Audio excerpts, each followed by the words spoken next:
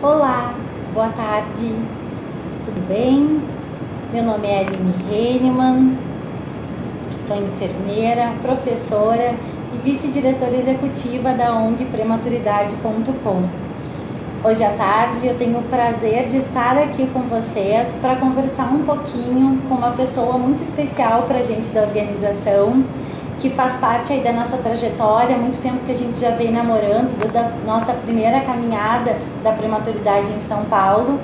Ela que é uma guerreira que trabalha com as questões relacionadas à prematuridade e autismo e vem conversar um pouquinho com a gente hoje a respeito da história dela, das lutas delas acerca, então, de todo esse contexto, não só da prematuridade, mas também a prematuridade e receber, junto com a prematuridade, um diagnóstico de autismo.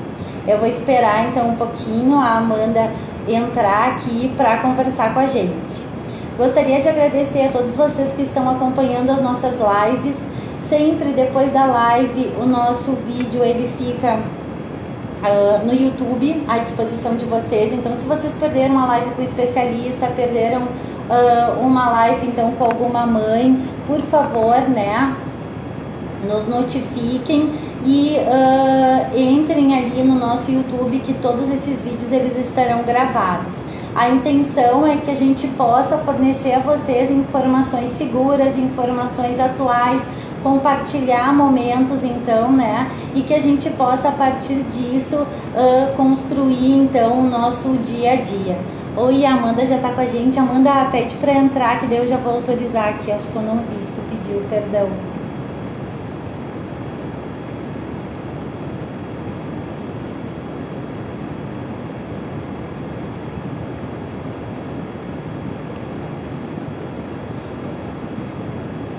Oi, Amanda.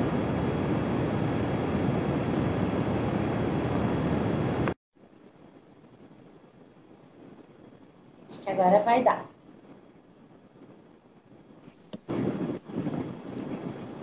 Oi, Amanda. Olá! Eba! Oi! Tudo bem? Oi! Bom a gente junto hoje aqui, poder ter, estar junto nessa tarde, poder compartilhar um pouquinho da tua história, A gente não pode se abraçar hoje, mas virtualmente sinta-se abraçada, E beijada beijada. também, queridona. Amanda, eu gostaria que tu te apresentasse, e que tu pudesse compartilhar conosco um pouquinho da tua história, um pouquinho aí da tua luta. Eu acompanho a tua luta pelas redes, acompanho pessoalmente, assim, dos nossos encontros esporádicos, mas que são ótimos. Então, que tu possa estar aí contando pra gente um pouquinho da questão da prematuridade na tua vida, que já é o primeiro baque, A questão, então, do autismo associado ou não à prematuridade e principalmente as tuas lutas, Porque eu sei que tu é alguém que luta muito pela causa, E tá aí engajado em várias ações, em vários momentos e já fez várias conquistas, o que eu acho muito legal. Então, Amanda, a palavra é tua, por favor. Quem não quiser mandar perguntas para Amanda, pessoal, vão mandando. Eu vou vendo as perguntas, vou registrando as perguntas, a gente vai fazer. E aquilo que a gente não conseguir responder, a gente vai responder em box para vocês. E depois também a Amanda vai deixar o Instagram dela, para que o pessoal possa entrar em contato contigo. Tá bem, Amanda? Tá bem, vamos lá, gente. Então, para quem está entrando agora pelo Instagram da Mamãe que Viaja, sejam bem-vindos. A nossa live hoje, eu vou pedir para você, Aline, escrever aí o tema, tá? Autismo e prematuridade. A gente vai falar um pouquinho sobre autismo e prematuridade. É muito, muito importante esse tema.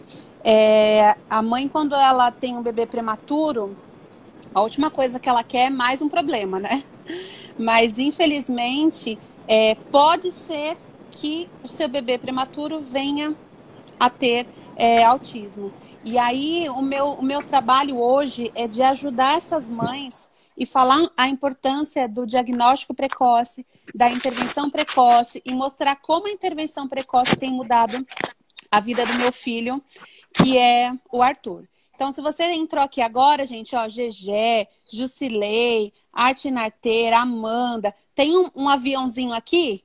Clica nesse aviãozinho e manda para 3 amigas. três amigas aí, mães de bebês, que a gente vai falar sobre sinais de autismo, tá? Em bebês. Então, manda aí para três amigas mães de bebês, para elas virem acompanhar aqui também a nossa live. Vamos lá, tô achando uma posição aqui. Então, Aline, muito obrigada pelo convite, tá? Obrigada por tudo que você faz pela causa da prematuridade. Acho que a gente se conheceu, acho que na primeira caminhada aqui em São Paulo, né? Do Arthur. O Arthur, ele foi prematuro, então vou começar um pouquinho lá da minha história. E eu conheci a Aline na caminhada da prematuridade. Antes do meu filho ser prematuro, eu não conhecia gente que tinha bebês prematuros, né? Então, assim, eu falava, não era uma coisa comum. Parece que depois que meu filho foi prematuro, começou a aparecer mais prematuros, né? Aí essa parte a Aline consegue dizer se está aumentando, né, Aline? Mas acho que de uns anos para cá tem aumentado, né, Aline? Tem aumentado e, na verdade, o que a gente tem feito, Amanda, é mostrar quem são os bebês prematuros, né? Algum tempo atrás, quando o bebê nascia com 34 semanas, 35 semanas, não se pensava que ele era um prematuro. E hoje, cada vez mais, a gente divulgando com a ajuda de vocês, as famílias, elas conseguem identificar a questão da prematuridade, né? Então, cada vez se fala mais. Mas, sim, a gente tem aumentado a incidência de prematuridade no Brasil e no mundo.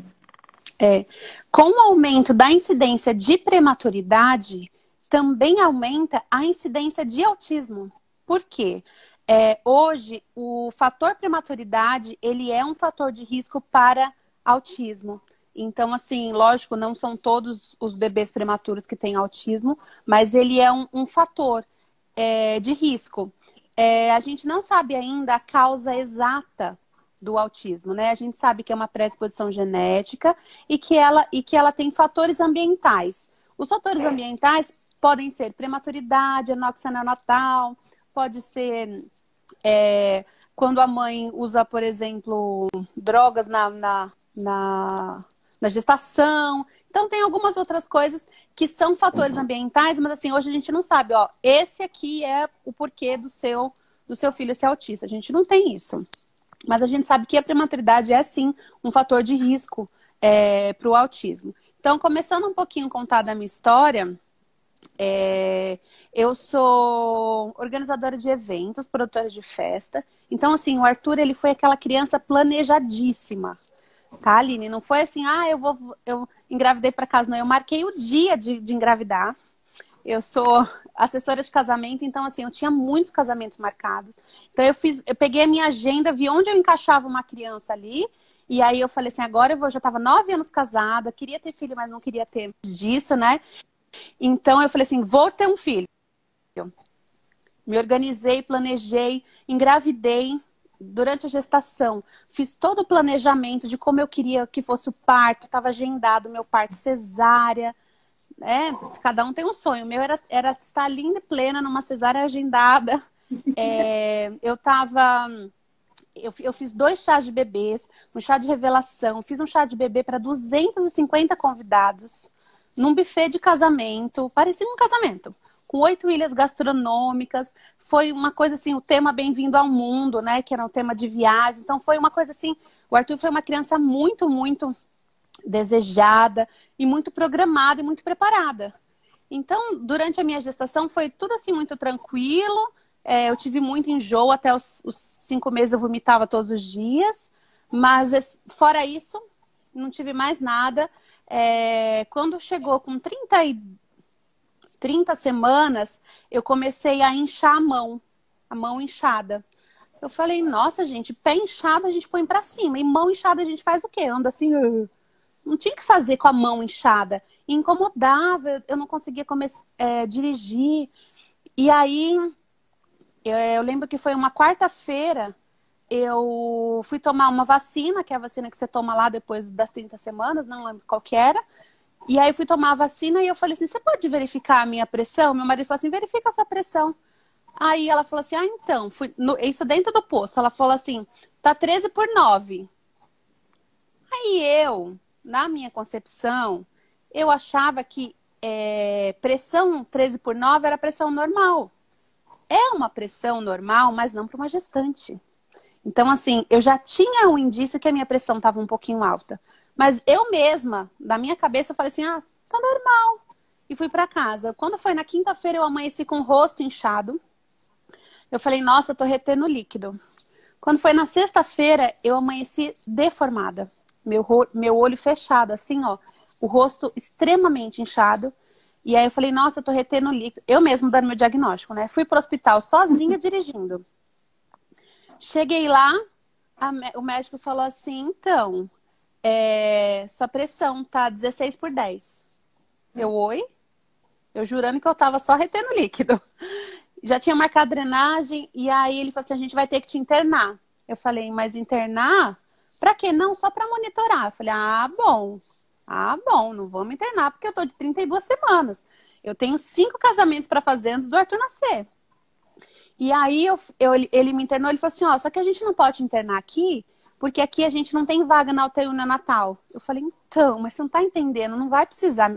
Meu filho não pode nascer, ele é muito pequenininho. E ele falou, não, o médico falou, não, mas só se precisar. Eu falei, ah, então, eu já visitei essa maternidade, vou lá para essa maternidade, fui para a maternidade. E aí eles começaram a me medicar, né? Aí sexta, sábado. Quando foi no domingo de manhã, a médica passou e falou, olha, sua pressão agora tá estável. Se você continuar assim, você vai embora para casa na terça-feira. Eu falei, nossa, ótimo, porque quinta-feira eu tenho um casamento no interior. E aí, o que assim, eu nunca tinha tido nada de pressão alta. Nunca na minha vida tinha tido pressão alta. E quando foi no domingo à tarde, eles colocaram o cardiotoco na minha barriga. E 2 da tarde. Aí deu 2, deu 3, deu 4, deu 5. Falei, nossa, moça, pelo amor de Deus, eu não aguento mais ficar sem se mexer. E a mulher pegava o papel e ia embora, pegava o papel e ia embora. E aí, quando foi mais ou menos 6h30, ela falou assim, então, Amanda, a médica pediu pra você subir pra ficar lá no outro andar, que você vai ficar mais pertinho dela. Eu já tava no quarto. Lá, na verdade, era o pré-parto. Eu falei assim, ah, mas então deixa eu só tomar banho. Ela, não, toma banho lá em cima. Eu falei, ah, que saco. Eu falei, ah, então deixa eu só jantar. Ela falou, não, a enfermeira, não janta não. Eu falei, gente, que coisa chata, não posso nem jantar. Aí ela saiu do quarto, eu jantei. Jantei. Quando ela voltou, meia hora depois, ela falou, você tá jantando? Eu falei, tô. Eu falei, o quê? Eu vou lá pra cima, no outro andar. Quando eu chegar lá, vai demorar sei lá quantas 1000 horas pra vir a janta. Eu falei, eu não vou esperar não. Aí jantei, eu falei, ah, então deixa eu só pegar minhas coisas. Ela falou, não, senta aqui na cadeira de roda. Eu falei, mas não precisa de cadeira de roda, eu tô ótima. Ela, não, senta aqui. E ela me levou pro outro andar. E aí, quando chegou lá no outro andar, ela falou assim... ela me deixou no quarto e saiu. A médica passou lá e falou assim, você sabe o que tá acontecendo?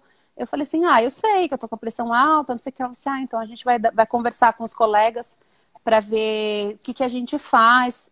E aí a minha cunhada tava lá, minha cunhada falou assim, bom, o parto não vai fazer hoje, né? Eu falei, não, imagina, não vai fazer nada hoje. Aí a Bel foi embora, eu falei, quer saber? Vou tomar banho. Fui tomar banho sozinha.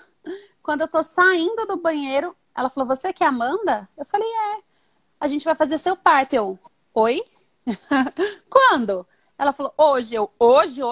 Ela, hoje. Hoje, agora? Ela falou assim, antes da meia-noite, ela falou, agora. Eu, agora? Ela falou, seu bebê tá entrando em sofrimento. Aí eu comecei a chorar, desesperada. Eu tava sozinha, meu marido tinha ido trocar de roupa, porque ele tinha ficado sexta, sábado e domingo. E aí eu comecei a ligar, falei, Marcelo, vamos fazer meu parto. Comecei a ligar pra família inteira, vai fazer meu parto. Aí aquela correria, mãe, pai, não sei o quê. Minha cunhada que tinha ido embora voltou. Aí eu falei pra moça assim, posso fazer uma maquiagem? Ela falou, pode. Né? Quem quer fazer maquiagem no parto? E aí eu passava um lápis e ligava pro meu marido, amor, onde você tá? Amor, onde você tá? E eu com medo de ir pro parto sozinha. E aí, quando eu tava terminando, já toda rebocada a maquiagem, ela falou assim, a gente vai ter que ir agora. Aí eu falei, aí meu marido chegou. Por que eles não me avisaram? Ninguém para avisar algo para você, porque você queria subir pro quarto. Porque se eles avisassem, eu ia ficar mais nervosa e minha pressão ia subir mais, entendeu? É. Então, assim, e era, sei lá, eu fui meio que assim, meio que enganada, porque assim, eu não imaginava que eu ia ter um filho de 32 semanas.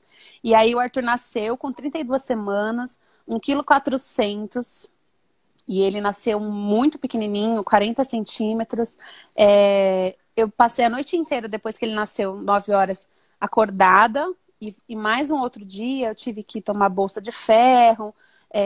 Minhas pernas dobraram de tamanho, né? Então eu tive uma pré-eclâmpsia. Não chegou a ser eclâmpsia, não foi grave. Eles chamam de DEG, né? Que é doença hipertensiva específica da gestação. Isso. Muito comum em mães de primeira viagem, com mais de 30 anos. Eu tinha 33 anos, né? E aí eu falo que foi onde meu mundo caiu, porque eu fui ver o meu filho e ele parecia eu falo que parecia um franguinho. Eu falava, não, não é possível, não vai sobreviver, não vai sobreviver. E aí eu falei, não, e aí eu chorava dia e noite.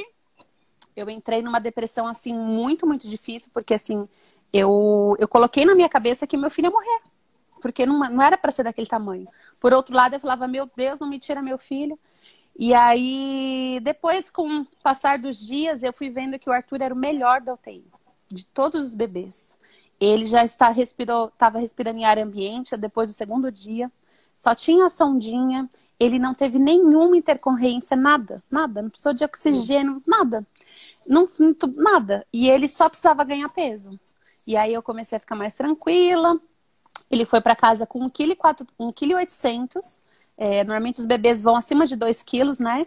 Mas o Arthur estava com muito risco de infecção hospitalar. E, e aí eles foram e deram, me mandaram para casa. E aí foi onde começou a outra batalha, né? O Arthur, imagina você ir para casa com um bebê de 1,4 kg, de 1,8 kg, super pequenininho. Mas ele foi se desenvolvendo, eu consegui amamentar. De 24 mães da UTI, eu fui a única mãe que consegui amamentar. Ai, que bom.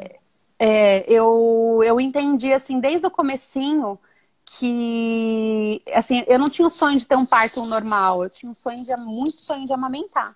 E aí, assim que eu saí do hospital, eu aluguei uma bombinha e aí eu tirava de 3 em 3 horas, como se meu filho estivesse ali. De madrugada, de noite, de 3 em 3 horas eu tirava leite. E aí eu cheguei a tirar 1 litro por dia de leite eu tirava. E aí, conforme eu, né, estimulava, o Arthur começou a tomar pouquinho, depois ele foi para sonda dedo, e aí com 12 dias ele já estava mamando no meu peito. Ficou quase um mês na UTI. Foi para casa sendo amamentado, foi crescendo, ele engordava 1 quilo por mês. Minha casa virou uma extensão da UTI, porque não podia ninguém entrar. Em pleno abril, teve um dia de abril que fez 5 graus, foi um ano muito frio, fez um inverno muito, muito frio em São Paulo. O Arthur cresceu, quando foi mais ou menos com 8 meses, o Arthur teve a primeira convulsão febril. Foi a primeira vez que ele teve febre. E aí ele teve uma convulsão febril. Eu saí desesperada, igual uma louca, carregando o menino. Porque assim, você vê seu filho convulsionando pela primeira vez é muito traumático. E aí depois de uns 2 meses ele teve febre de novo, ele teve outra convulsão febril. E aí depois de mais uns 3 meses ele teve outra convulsão febril. E aí nós fomos no neuro, né? O pediatra, a princípio, falou assim, olha, convulsão é comum, as crianças têm convulsão até os 5 aninhos. Eu tive convulsão, do Arthur, eu tive convulsão quando eu tinha 1 aninho, e depois, com 2 anos, depois nunca tive mais, tomei medicação até os 5 anos. Então, eu falei assim, olha, é muito comum. E eu achava que era realmente uma convulsão febril dessa parte comum. Desde que o Arthur era bebezinho, com 3 meses, eu não sei se aí tem ou se você conhece algum outro lugar, Aline, você pode dizer. Aqui em São Paulo, no Centro de Especialidade em Reabilitação, eles têm um grupo de bebê de risco. Então, com 3 meses, o Arthur foi para esse grupo de bebê de risco, e lá ele tinha fono, TO, fisioterapeuta, enfermeira e psicólogo. Eram 5 profissionais que acompanhavam o Arthur todos os meses. Então, o Arthur, ele precisou de ajuda para poder engatinhar. Ao invés de ele engatear com 6, ele engateou com 8. Ao invés de sentar com 6, ele sentou com 8. Então, ele teve os atrasos, que eram os atrasos da prematuridade mesmo, né? Que a gente espera. Eu comecei a dar a introdução alimentar quando ele tinha 6 meses. Mas, na verdade, ele não tinha 6 meses. Ele tinha 4 meses. E eu, como mãe, naquela ansiedade, a fono falava assim, então, ele não tá comendo, não é porque ele não quer, é porque ele não sabe engolir. Ele ainda não sabe sentar. Então, eu fui assim, o Arthur foi um bebê super acompanhado. Eu tenho vídeo do Arthur apontando. Ele apontava onde estava o Mickey. Eu tenho vídeo do Arthur batendo palminha. Com 1 aninho, ele fez uma cirurgia de hérnia inguinal escrotal. É muito comum hérnia inguinal nos bebês prematuros, né? O Arthur teve, só que o médico esperou ele completar 10 quilos. Queria que ele tivesse 10 quilos para fazer a cirurgia, né? E aí ele fez com 1 aninho. Eu tenho vídeo do Arthur batendo palma. Eu tenho vídeo do Arthur fazendo contato visual, mamando e olhando para mim e fazendo contato visual. E então, assim, eu achava que os atrasos dele eram realmente atrasos da prematuridade. Quando ele chegou mais ou menos assim que eu estava gestante, eu criei o blog, que é o blog Mamãe que Viaja. Falei assim, olha, assim que meu filho nascer, eu vou sair viajando o mundo, levando criança. Aí veio a prematuridade. Eu desanimei. Falei, ai, caramba. Aí quando o Arthur já estava maiorzinho, que ele estava com 1 ano e meio, eu falei assim, agora sim. Agora nós vamos viajar e ninguém me segura. E aí a gente foi fazer uma viagem, que foi um tour pelo Nordeste. E durante esse tour de 20 dias, dicas para as mães, o Arthur teve uma convulsão febril. Lá em São Miguel dos Milagres. Só que essa convulsão febril agora, ele estava tomando medicação. E aí eu falei, ai, caramba, que é isso? E aí eu voltei no neuro para falar sobre a convulsão que ele teve. Tomando essa medicação, eu voltei no neuro para falar sobre a convulsão. Ele estava com 19 meses. E aí ela falou assim, o Arthur, ele mostra barriga? Pensa, um bebê de 19 meses, 1 ano e meio, quase 2. O Arthur mostra barriga? Eu falei, não. O Arthur bate palma? Ela falou assim, ele batia palma, mas ele parou, não tá mais batendo. O Arthur imita quando você faz alguma coisa? Eu, não. O Arthur, e ela foi fazendo umas perguntas diferentes, as perguntas diferentes do que os pediatras normalmente vinham falando. Ele empilha uma coisa em cima da outra? Não. Ele fala alguma palavra? Aí ela falou, não. Eu falava, não. E aí ela falou assim, olha, o Arthur tem características dentro do transtorno do espectro autista. Aí eu falei, oi? Não. Meu filho, ele corre, ele dá risada, ele é um bebê alegre. Autista é aquela criança que vive no mundinho se balançando. Eu achava que autismo era isso. E aí ela falou assim, não. Eu não conseguia enxergar, né? E aí eu falo que no dia 7 de janeiro de 2018, foi quando eu recebi o pré-diagnóstico de autismo, foi onde o meu mundo caiu de novo. Então foi onde a gente começou a receber começou a luta em relação ao autismo. Tem pergunta aí? Pode ir falando aí. Tem uma pergunta que está associada, só te respondendo, eu fui anotando algumas coisas aqui que tu foste falando, tá? Quanto à questão de acompanhamento, o que nós temos, né? Pelo território nacional, nós temos ambulatórios de segmento, que são ambulatórios com equipe multiprofissional ou interprofissional, que daí tem o nutricionista, fonoaudiólogo, fisioterapeuta, médico, enfermeiro, que acompanham esses bebês prematuros. Então, assim, a gente sabe que o número de ambulatórios de segmento está aquém ao número de prematuros que nós temos nascidos vivos no Brasil. Mas, sim, existe esse acompanhamento. Existe também, Amanda, acompanhamentos que são privados, né? E a gente fala, muitas vezes, que as mães que saem de instituições privadas, às vezes elas saem mais perdidas, porque os ambulatórios de segmento eles estão muito associados à questão do Sistema Único de Saúde hoje. Então, isso é algo que a gente ainda está enfrentando. Então, quando elas buscam um apoio, né, que precisam de fono, precisam de fisioterapeuta, sempre ter o cuidado, eu sempre gosto de ressaltar, né? Ver se essa fisioterapeuta realmente atende bebês prematuros, ver se ela sabe qual é o conceito de idade cronológica e idade corrigida, porque senão acaba fazendo com que esse bebê prematuro seja hiperestimulado, né? Quando na verdade ele não tem ainda condições de dar as respostas que se espera para aquela idade que ele tem. Então, tem sim, existem alguns ambulatórios e outros são atendidos em consultórios de forma isolada. Uma mãe perguntou ali se toda ausência de fala está relacionada com autismo. Não sei se tu quer responder para a gente, Amanda.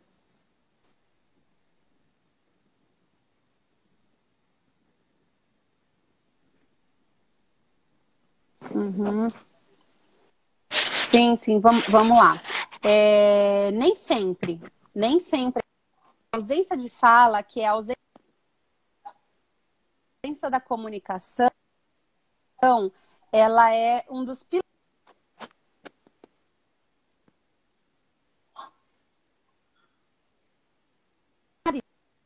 Tá cortando um pouco, eu não sei se está cortando para todo mundo. Oi. Uma ausência de fala, ou uma fala pobre, pouco compreensiva, ou quando a criança fala a língua dela, Tá sabe? cortando um Ela pouquinho tem a gente. internet. Só um minutinho. Oi. Tá me ouvindo, Amanda?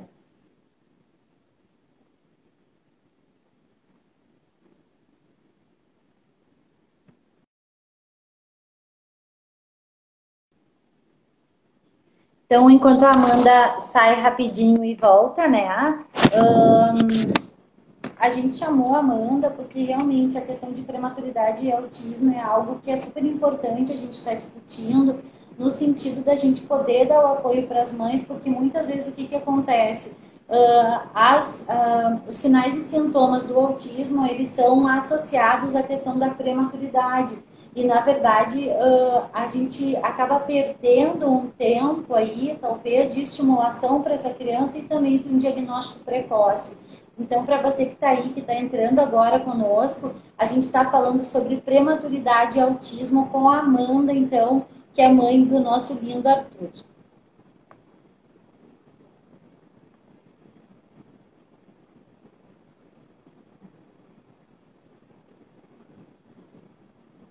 Ela está voltando, vamos aguardar. Voltei. Oi? Voltei. Vamos lá. Então, respondendo a pergunta em relação à ausência de fala, se sempre é autismo ou não, o que eu estava falando? Que a parte da comunicação, os pilares para a criança estar dentro do transtorno do espectro autista, ela precisa ter déficit na comunicação e na interação social, principalmente, e aí tem comportamentos estereotipados, movimentos repetitivos e algumas outras coisas. Então, assim, a fala é muito importante. O que acontece? Se a criança tem alguns... é muito comum você ouvir de médicos assim, então, fica tranquila, cada criança tem o seu tempo. Ou então, assim, é porque ele é prematuro, fica tranquila, ele tem o tempo dele. Ou então, a vizinha fala assim, filho de fulano foi falar com 5 anos. Então, hoje, infelizmente, a gente ainda tem esse tipo de comentário que prejudica a mãe a realmente fazer esse diagnóstico precoce. O prematuro, ele tem os atrasos da prematuridade, porém, mesmo sendo prematuro, tem os marcos do desenvolvimento. Então, assim, não dá para essa criança falar só com 5 anos de idade, não dá para ela falar só com 3 anos de idade. Com 18 meses, mesmo uma criança prematura, sei lá, se ela foi prematura, sei lá, de 32 semanas, vamos supor assim, 24 meses. Com 24 meses, essa criança, mesmo sendo prematura de qualquer coisa, ela precisa estar falando pelo menos 5 palavras com sentido.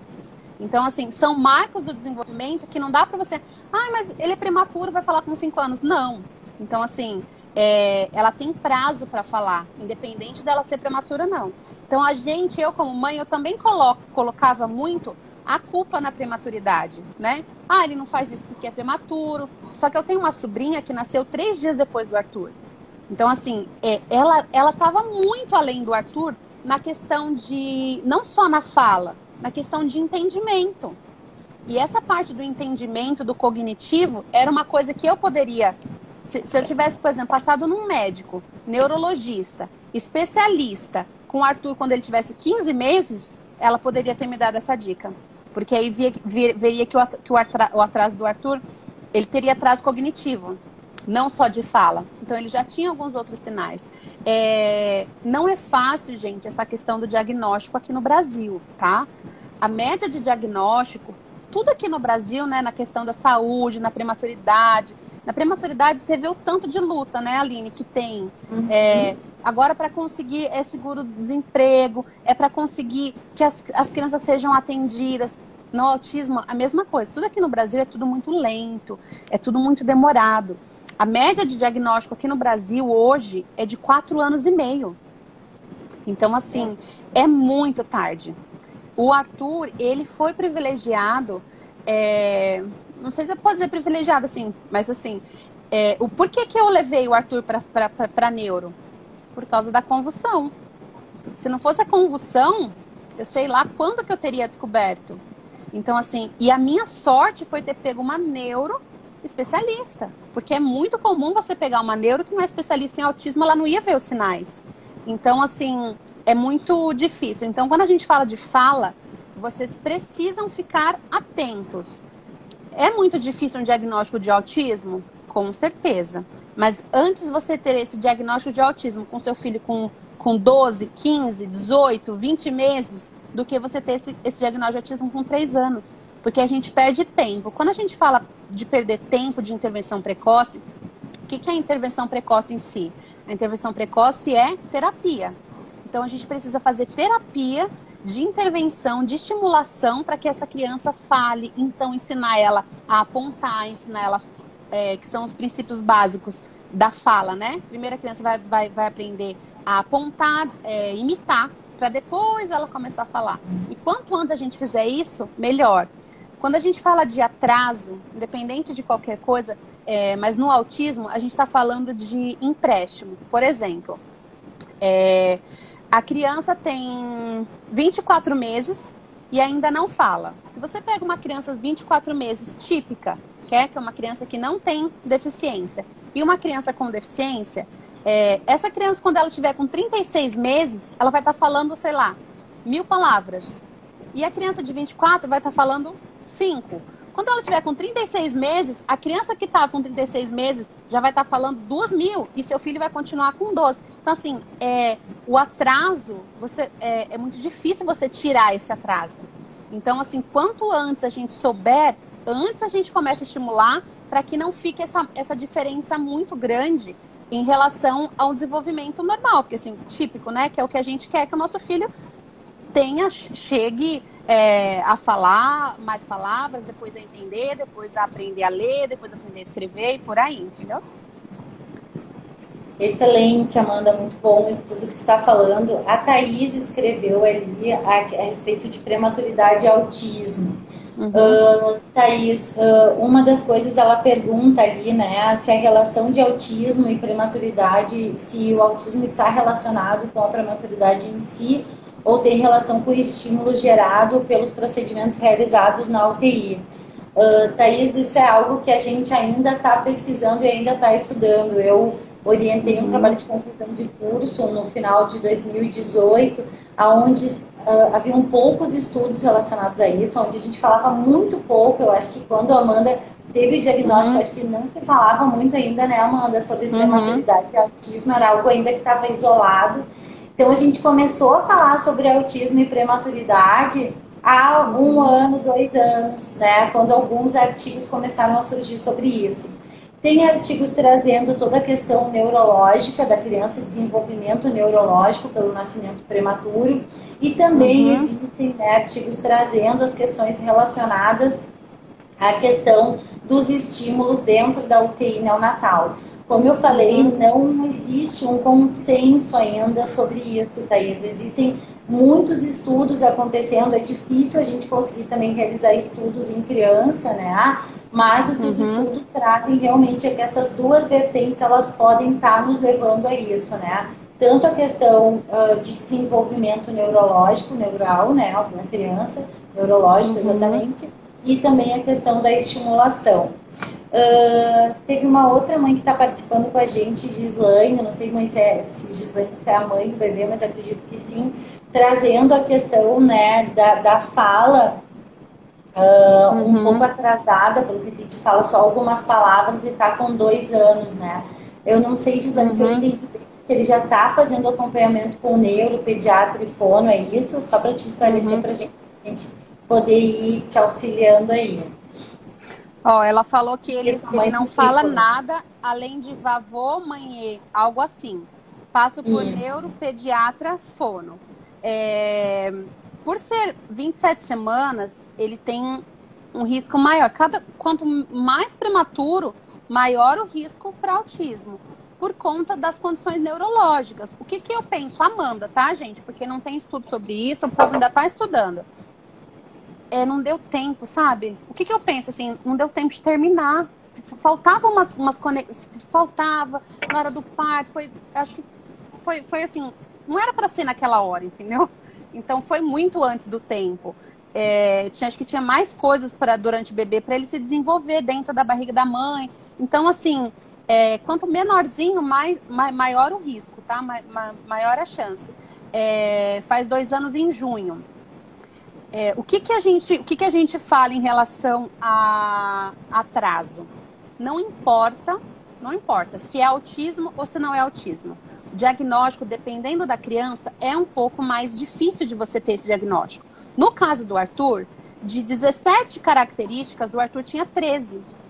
Então, assim, ele tinha muitas características dentro do transtorno. Então, para quem estava de fora, foi muito mais fácil. Mas cada autista é único. Então, assim, pode ser que seja mais difícil. Mas o que a gente fala? Não importa se é autismo. Estimulação precoce, terapia. E aí vai fazer estimulação, estimulação, estimulação. Eu nunca vi alguém falar assim, fulano parou de falar porque fez tanta fono. Não, entendeu? A terapia não vai prejudicar o seu filho em nada. Pelo contrário, só vai melhorar. Então, assim, começa a estimulação precoce, independente de... Porque se você colocar... o atraso da prematuridade, ele já tem um atraso, concorda? Perante uma criança típica. Então, você tira esse atraso da prematuridade. Se lá na frente for autismo, você vai agradecer por ter começado essa intervenção antes. Quando a gente fala de intervenção, hoje, o que a gente usa de intervenção para o autismo? Isso é muito, muito importante, gente, que aí vocês vão ter que pesquisar, eu estou à disposição. Hoje, a terapia indicada com comprovação científica para o autismo chama terapia ABA. Já ouviu falar, Aline, na terapia ABA? Já, maravilhosa. É a terapia para trabalhar comportamento. Então, assim, análise do comportamento aplicada. É muito comum o neuro, por exemplo, ou então as pessoas elas falam assim, então, terapia ABA é só para quem é autista. Essa criança aqui não pode ser que não seja autista, não vai para terapia ABA, ela não fala, vou mandar para fono. Só que assim, o ABA, a terapia ABA, ela dá a base para a criança começar a falar.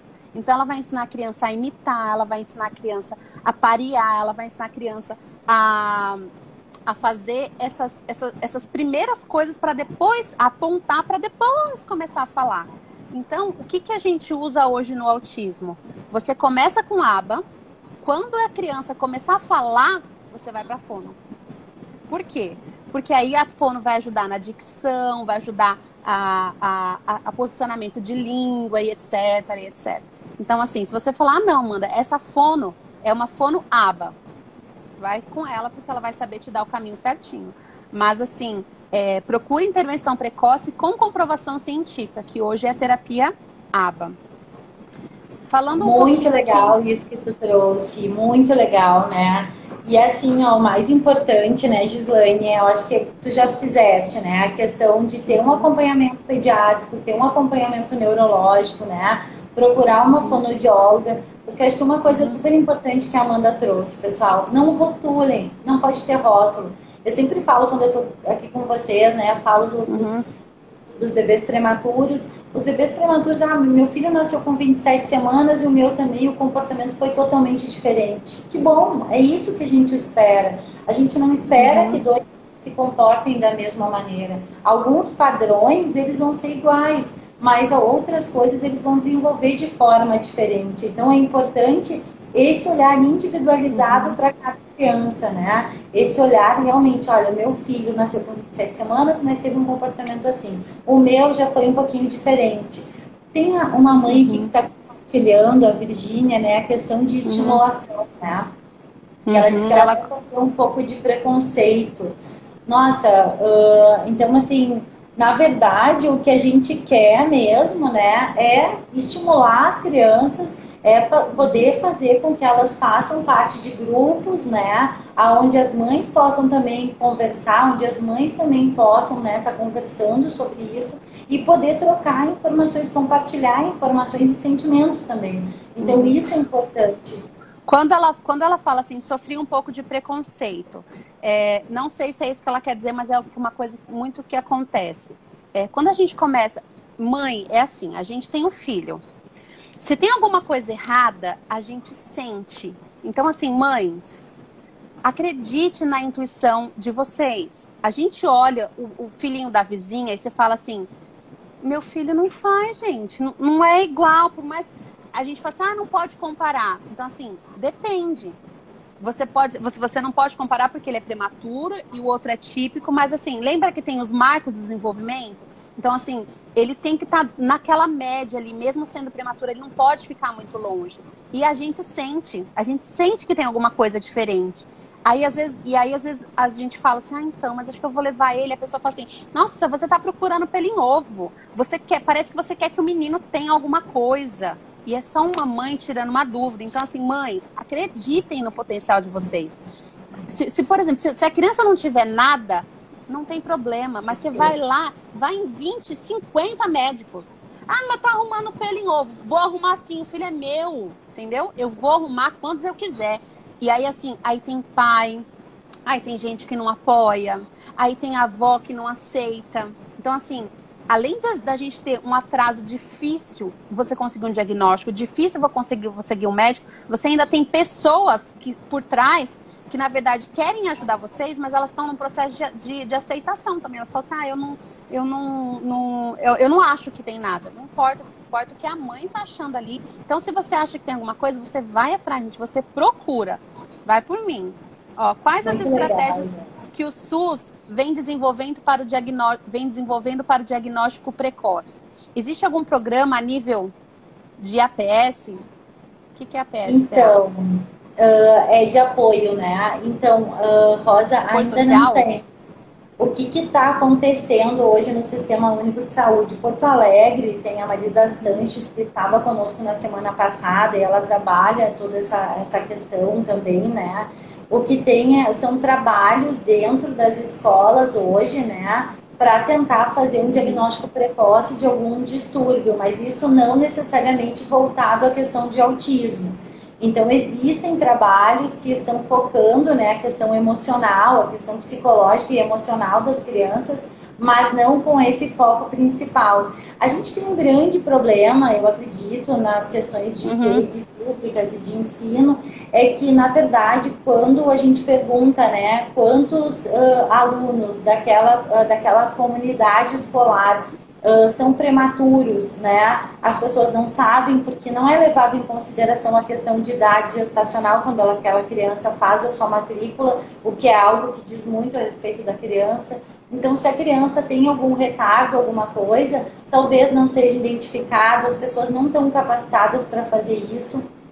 E hoje, no Sistema Único de Saúde, o que a gente tem, Rosa, a nosso favor, na minha opinião, são realmente os ambulatórios de segmento. Os ambulatórios de segmento para os bebês prematuros que acabam fazendo o diagnóstico precoce de autismo.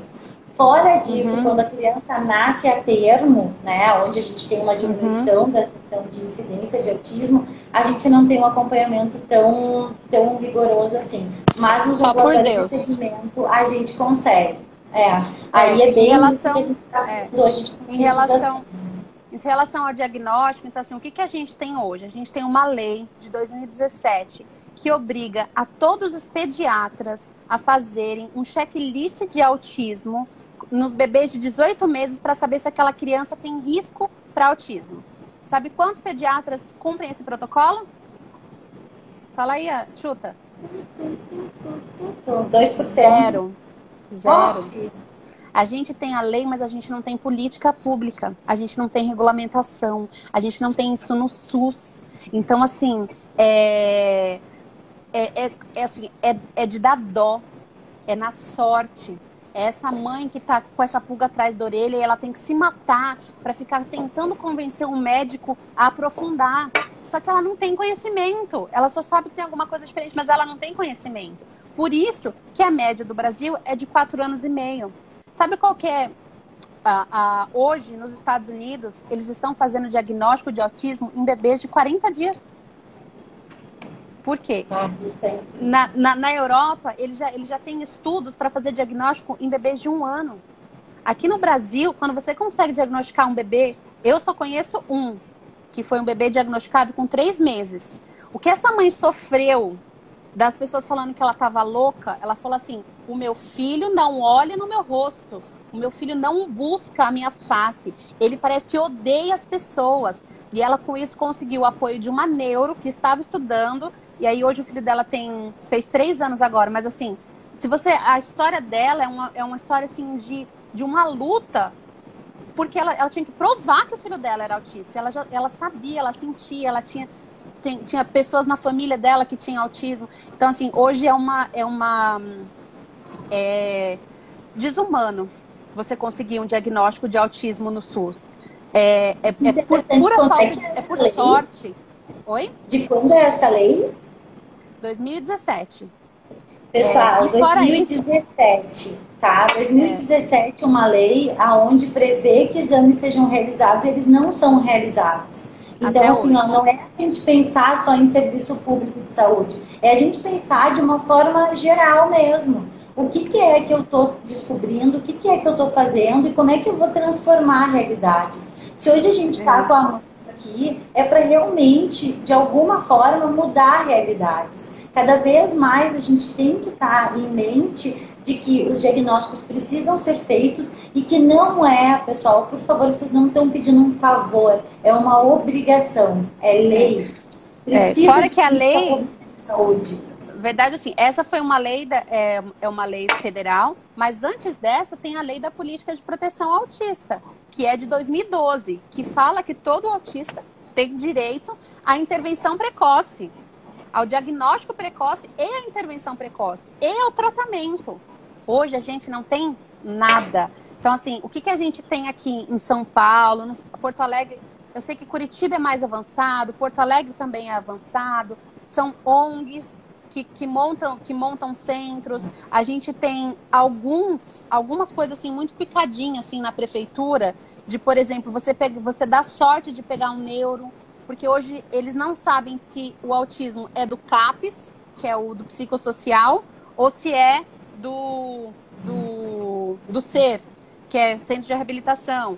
Aí tem algumas APAES. A APAE de São Paulo não trata autismo. Algumas APAES de outras cidades tratam autistas. Então, assim, é tudo muito nada uniforme.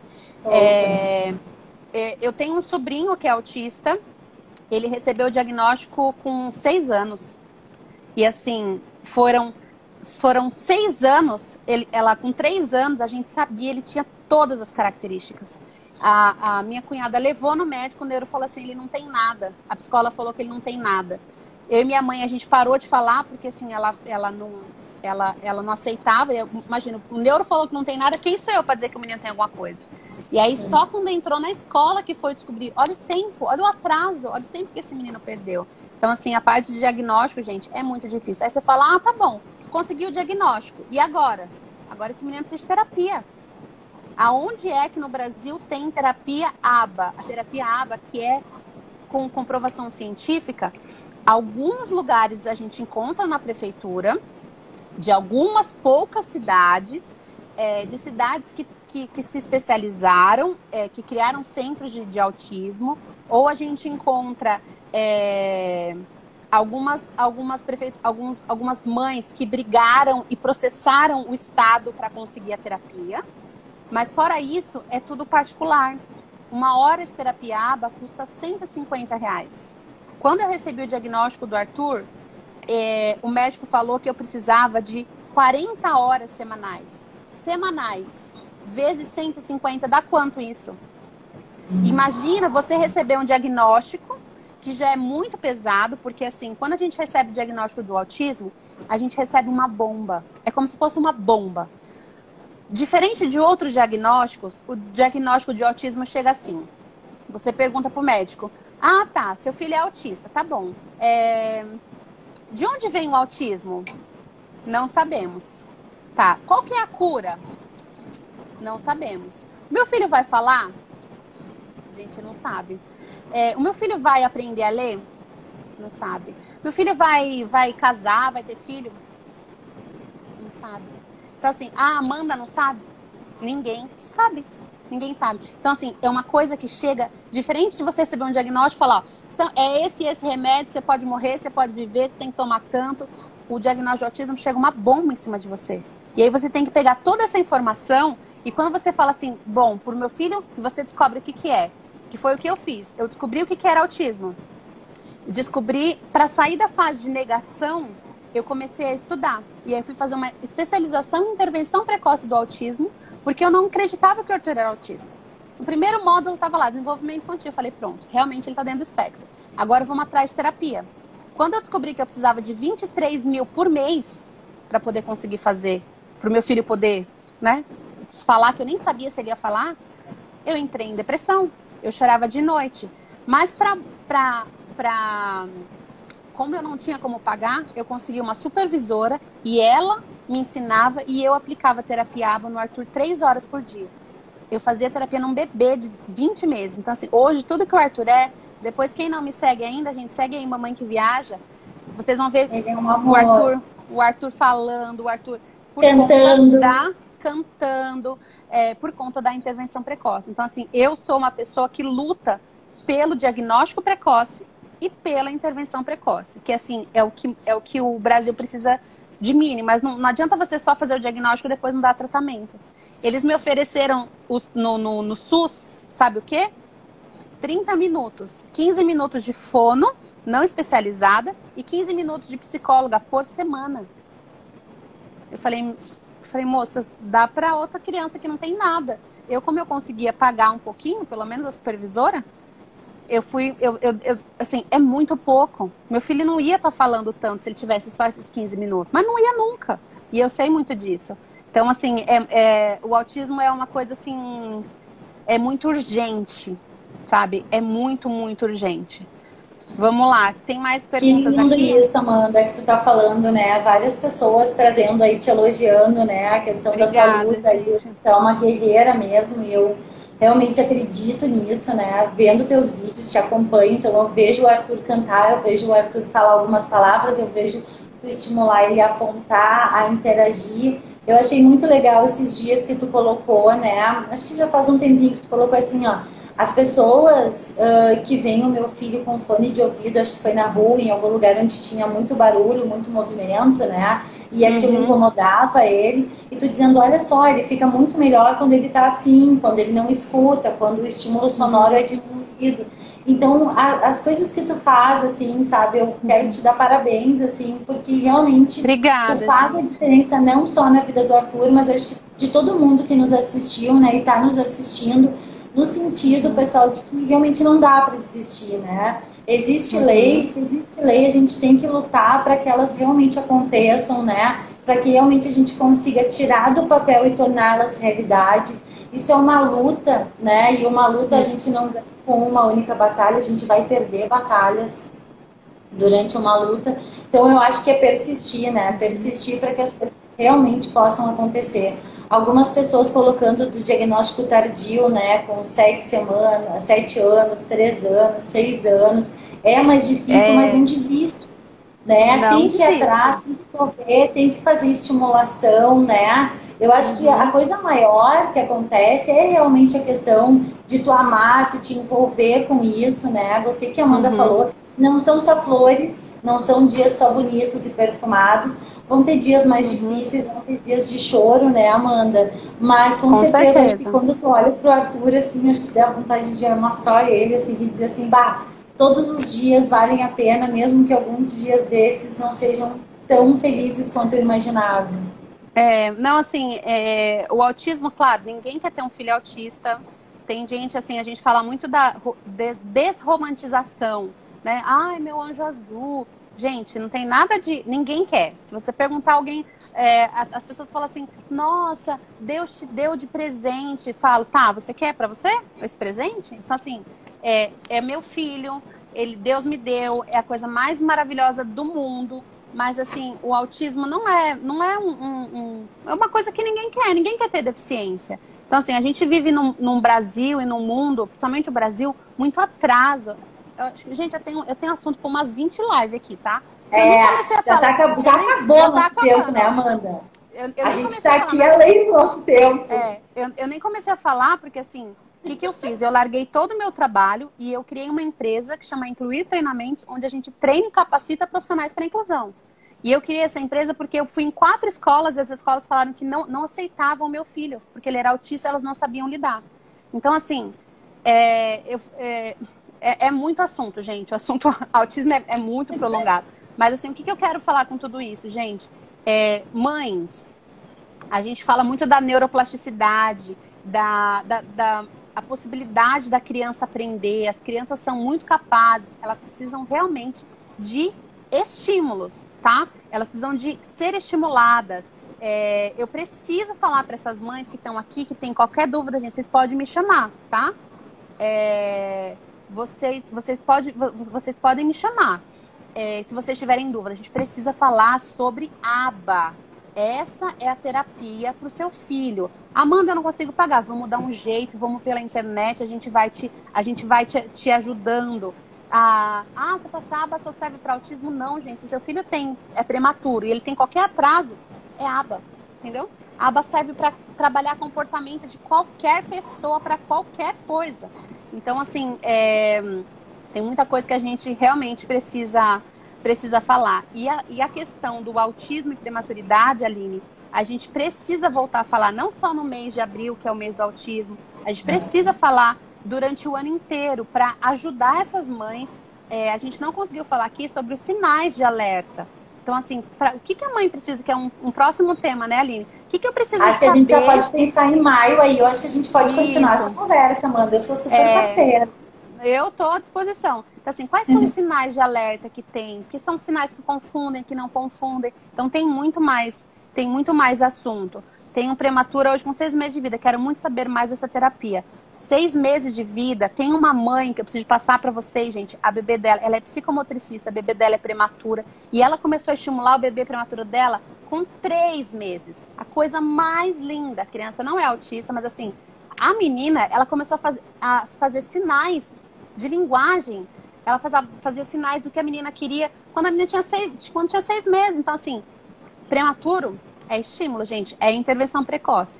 Então, assim, acreditem muito. Vamos fazer as parte 1, parte 2. Tá acabando, né, Aline? Tá acabando. Já acabou nosso tempo. Já acabou. Falei.